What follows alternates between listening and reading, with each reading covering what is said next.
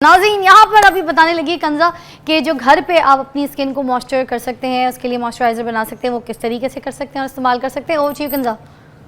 जी बिल्कुल, जैसे अभी हम बात कर रहे थे कि बहुत महंगे प्रोडक्ट्स नहीं चाहिए होते आपको, तो हम बात करेंगे आज ग्लिसरीन की। ग्लिसरीन एक ऐसा प्रोडक्ट है जो कि बहुत सस्ता अवेलेबल है, कहीं से भी मिल जाएगा। 100 रुपये की शायद ये मैंने ख़रीदी है। तो इसमें आपको जनाब इतना बेस्ट मॉइस्चराइज़र मिलेगा कि शायद दुनिया के महंगे से महंगे ब्रांड में भी नहीं होगा। ग्लिसरीन की सबसे मेन क्वालिटी फ़िज़ा जो ये होती है ना, इट इज़ ह्यूमेक्टेंट। ह्यूमेक्टेंट का मतलब ये होता है कि ये इर्द गिर्द के एनवायरनमेंट से मॉइस्चर को जज्ब करता है और आपकी स्किन को दे देता है। अरे वाह, ऐसा कोई मॉइस्चराइज़र किसी भी कंपनी ने आज तक बनाया जो ग्लिसरीन नेचुरली अवेलेबल है, ये काम करता है। अच्छा, तो इसको हम बताएंगे कि इसका एक सादा सा जो मॉइस्चराइज़र, जैसी सर्दियाँ आती हैं तो मेरी अम्मा हमेशा बना लिया करती थी और उसको 1 हफ्ते तक फ्रिज में रहने देती थी, क्योंकि इसमें प्रिजर्वेटिव्स नहीं होते तो आप इसे लंबे अरसे तक सेव नहीं कर सकते। अरे वाह। अच्छा, मैं एक बात बता दूं, ये डॉक्टर कंसा की खूबसूरती का राज है पर्सनल। इनकी अम्मी ने ये सारी चीज़ें इनको की हैं, तो आप भी अपने घर में छोटी बच्चियों को, जैसे मेरी फराल है, इस एज से भी हम बच्चों को ये कर सकते हैं और तब अभी भी ये कर रही हैं, इस्तेमाल कर रही हैं, तभी तो बता रही हैं। इनकी ख़ास बात मुझे ये अच्छी लगती है कि she is a dermatologist, doctor, मगर स्किन के बैरियर को सेफ रखने के लिए, स्किन को प्रोटेक्शन देने के लिए जो घर के जो टोटके हैं, जो हर्ब्स हैं, जो चीज़ें हैं, वो किस तरीके से हमें बता रही होती। तो इनका अपना पर्सनल नुस्खा है। अम्मी ने फिर आपके साथ क्या किया जिससे आपकी खूबसूरती बढ़ गई, बताइए। जी, ग्लिसरीन बेस्ट मॉइस्चराइज़र है, लेकिन इसको आपने इसी तरह से नहीं लगाना स्किन के ऊपर। अगर आप इसे 100% ग्लिसरीन अपनी स्किन पे लगाते हैं तो उससे स्किन डैमेज हो सकती है, इरिटेट हो सकती है, रेडनेस हो सकती है। तो हमेशा हम कहते हैं, being a dermatologist, I recommend कि 5 to 30% तक आप इसको लगा सकते हैं। ठीक है। अब 5 to 30% इसका कैसे बनाना है आज हम वो बताएंगे आपको, राइट।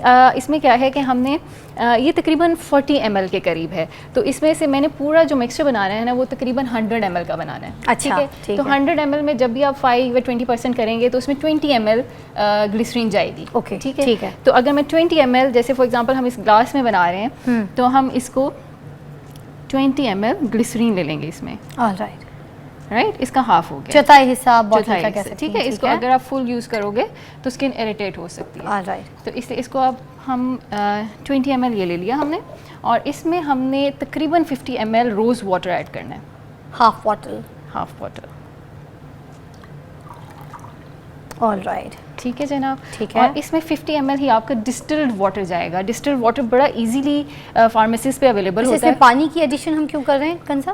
ताकि ये डाइल्यूट हो जाए ना, हमने 30% हाँ, बनाना अच्छा ठीक है, डाइल्यूट के लिए, वेरी नाइस। डाइल्यूशन के लिए वो रोज वाटर से नहीं होगा, इससे अलग से डिस्टिल वाटर से जी। होगा। अब राइट, रोज वाटर खुद टोनर है, और टोनर को अगर हम एज इट इज यूज कर लेंगे तो उससे भी इरिटेशन हो सकती व्हाट अ है। Tip, very nice. तो हमें हमेशा डाइल्यूट करके ऑर्गेनिक मटेरियल्स, जैसे इंजेक्शंस को भी डाइल्यूट करके लगाया जाता है ना, उसी तरीके से। बिल्कुल। तो अब इसको हम इससे वेप करेंगे, ठीक है। आप किसी भी चीज़ से वेप कर सकते हैं, ज़रूरी नहीं कि आप इससे वेप करें, लेकिन चूंकि मुझे ये बहुत पसंद अच्छा हो जाता है इसी। जी, मुझे बहुत पसंद है कि चीज़ें एक जान यकजान हो जाती हैं। आप इसे दूसरा आपने सिंपल फोर्क से भी कर सकते हैं। ठीक है। और इसी तरह आपने एक फ़िज़ा इस तरह की बॉटल रखनी है। ओके, सिंपल बॉटल लेनी है, जैसे वो स्प्रे बॉटल है ना। जी बिल्कुल, ठीक है। ये आराम से आपको कहीं से भी मिल जाती है, किसी भी जगह से। ये देखें ऐसे, और ये आपने इसके अंदर फिल कर लेना है, ऐसे ही है जी। और अब हमने इसको कब कब लगाना है कंसा, ये टाइमिंग चीज़ें बता दें कि मेकअप से पहले भी लगा सकते हैं और मेकअप के बाद आफ्टर मेकअप भी हम इसको यूज़ कर सकते हैं, हर चीज़, because it's a moisturiser I think. मगर ग्लिसरीन हमारा मेकअप निकालेगी तो नहीं? बिल्कुल भी नहीं। अब इसकी बहुत डाइल्यूटेड मॉइस्चराइजर है, राइट। अच्छा, मैं लगा सकती हूँ, मुँह पर डालें हम इसको ज़रा, इसको इसमें हम ट्रांसफ़र करते हैं, थोड़ा सा करते हैं, मैं फिर अगर वेस्ट होगा इसी के अंदर आ जाएगा। हाँ जी। और बल्कि मैं ले भी जाऊंगी, देखें चीज़ लाइव बन भी गई, काम भी आ जाएगी मेरे। जी बिल्कुल।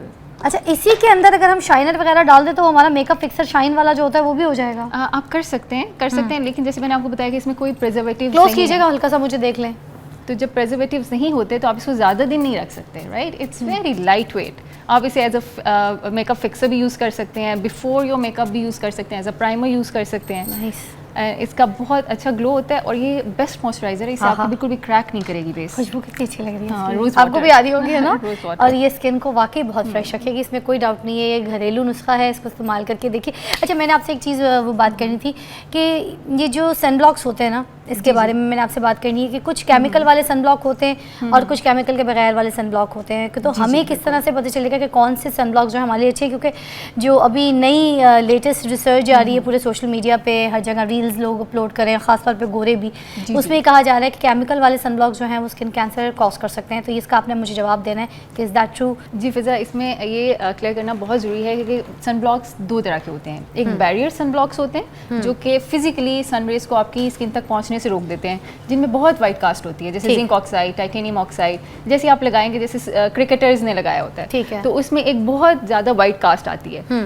वो सनब्लॉक्स बिल्कुल सेफ़ हैं, वो कोई रिएक्शन नहीं करते, उनका कोई केमिकल रिएक्शन नहीं होता, तो वो सेफ़ हैं बिल्कुल। ठीक है। लेकिन दूसरे जो केमिकल सनब्लॉक्स हैं, बाज़ औक़ात वो आपकी स्किन के ऊपर ऐसे केमिकल रिएक्शंस करते हैं, सन रेज जैसी उनके ऊपर पड़ती हैं तो बेसिकली वो केमिकल रिएक्शन के थ्रू उसकी जो मुज़र असरात हैं उसको रोक देते हैं। ठीक। तो समटाइम्स अगर बार बार आप केमिकल सनब्लॉक्स लगा रहे हैं और कोई स्किन सेंसिटिव है, उसमें ऑलरेडी इन्फ्लेमेशन चल रही है, एक्जिमा चल रहा है, तो वो इन्फ्लेमेशन बढ़ती जाती है केमिकल रिएक्शंस की वजह से। और लंबे अरसे तक ऐसे सनब्लॉक्स यूज़ करना सेंसिटिव स्किन के ऊपर कैंसर का बायस बन सकता है। ऑल्दो इसकी शरह बहुत कम है, लेकिन ये रिसर्च बेस्ड बात है और एविडेंस बेस्ड बात है कि ऐसा हो सकता है कि जब भी स्किन में बहुत लंबे अरसे तक इन्फ्लेमेशन चले तो वो कैंसर कॉज कर सकती है। ऑल्दो हमारी ये कोकेशियन स्किन में ज़्यादा है, यानी कि गोरी स्किन में स्किन कैंसर ज़्यादा होते हैं, हमारी पाकिस्तानी स्किन में थोड़े इनके चांसेस बहुत कम होते हैं, लेकिन ऐसा हो सकता है। अच्छा, विटामिन डी सोर्स जो है हमारे पाकिस्तान में वैसी इशू है, बहुत से लोगों को डेफिशिएंसी है, तो ये जो हम सनब्लॉक लगाते हैं तो क्या हमारी विटामिन डी जो है वो कम हो जाती है, मतलब इतनी ज़्यादा? अच्छा, अगर बहुत ज़्यादा हम धूप में नहीं जा रहे और हम घर के एक्सपोजर के अंदर हैं, जहाँ पे आपको पता है हम लोग तो लाहौर में गर्मी वाले अगर सख्त होती है उसके बावजूद में स्वेट के तो उसके पर्दे लगाए हुए होते हैं लेदर के, तो हमारे घर में तो वो वाले शेड्स आ ही नहीं रहे होते धूप के जैसे होने चाहिए। ना तो हम गोरे हैं कि हम बीचेस पे जाके अपने आप को टैन लुक दे रहे हो और लगा के जो है ना लेट जाएं, बल्कि तो सन टैनिंग उनको पसंद होती है, आपको पता है। तो अब वो क्योंकि सिर्फ सन ब्लॉक उधर इसलिए लगाया जाता है बीचेस में ताकि हमारी सन जो है वो बर्न ना हो, मगर टैनिंग तो उनको हल्की सी चाहिए होती है क्योंकि बहुत चिट्टे होते हैं, ऐसे ही है। अब ये वाली चीज़ हम यहाँ पर तो करते नहीं है, तो क्या अगर हम घर में बैठे हैं और हमारा घर शेडेड है, कोई मसला नहीं है, तो हम सुबह उठते के साथ ही अगर नहीं लगा रहे मुंह धोने के फ़ौरन बाद, जैसे बहुत से डॉक्टर्स हर वक्त यही आके जो है ना बोल रहे होते हैं कि आप सुबह उठें, आपने मुंह धोया है तो दूसरा आपने सिंक में जो है ना सनब्लॉक रखा है उसको उठा के पहले मुंह पे थोप लें। तो इतने महंगे महंगे भी आते हैं, आपको पता है, मैं और आप काम करते हैं, अफोर्ड कर लेंगे। बाकी जो मेरे घर बैठी हैं बच्ची हैं जिनके अब्बू जाके बाइकों पे, जिनके पास सवारी या पेट्रोल भरने के पैसे नहीं है और उनकी 10,000 रुपये 15,000 रुपये महाना सैलरी है, ठीक है,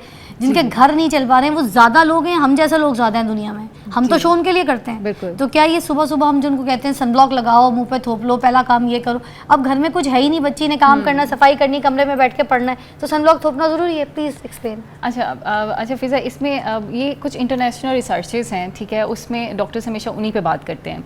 अब रिसर्च ये कहती है कि जो आपकी लेटेस्ट LED लाइट्स आई हैं ना, जो पहले टंगस्टन बल्ब्स होते थे या पुरानी ट्यूब लाइट्स अगर तो घरों में लगी हैं तो ठीक है, सनब्लॉक ज़रूरी नहीं है कि आप उठें और सनब्लॉक लगाएं, लेकिन अगर लगी हैं तो देखिए कुछ रेज़ होती हैं जो आती हैं और आपके स्किन को LED लाइट से वो UV रेज़ की तरह काम करती हैं। तो उस सूरत में अब ये बिल्कुल जो नए मॉडर्न घर बने हैं उनमें ये लाइट्स का यूज़ हो रहा है, पुराने घरों में शायद ऐसा ना हो, तो उनको थोड़ा सा सनब्लॉक से अपना चेहरा कवर करना है। और सिर्फ चेहरा कवर करने से आप विटामिन डी डेफिशिएंट नहीं हो सकते। अगर आप फुल बॉडी करेंगे ना, लाइक आपके हाथ पाँव टांगे सब कवर्ड हैं, तो फिर विटामिन डी डेफिशिएंट आप हो सकते हैं।